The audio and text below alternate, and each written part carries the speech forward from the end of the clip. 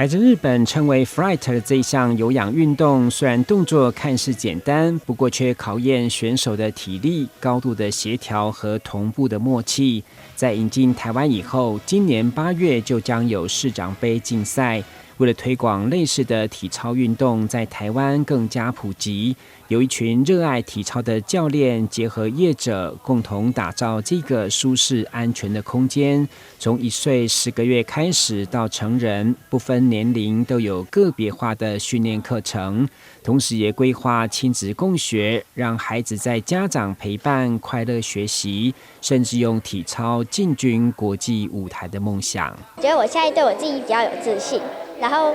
抗压性也变得比较好，因为也有时候会去比赛啊，会去表演啊。以前我可能就是不会想要去表演，但是现在我反而就是会想要让自己有多一点的表现。我们的目标一起向全运会前进，目标也是朝着国际的舞台去展现自己，然后能拿到为了国家拿到一些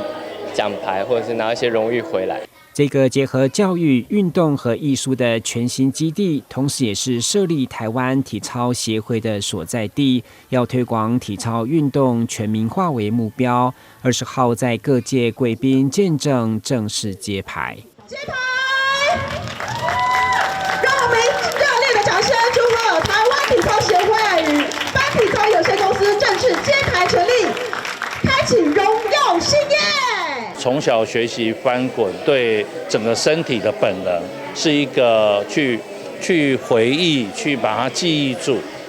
所以是对整个小朋友的成长过程会是一个非常好的一个肢体运动。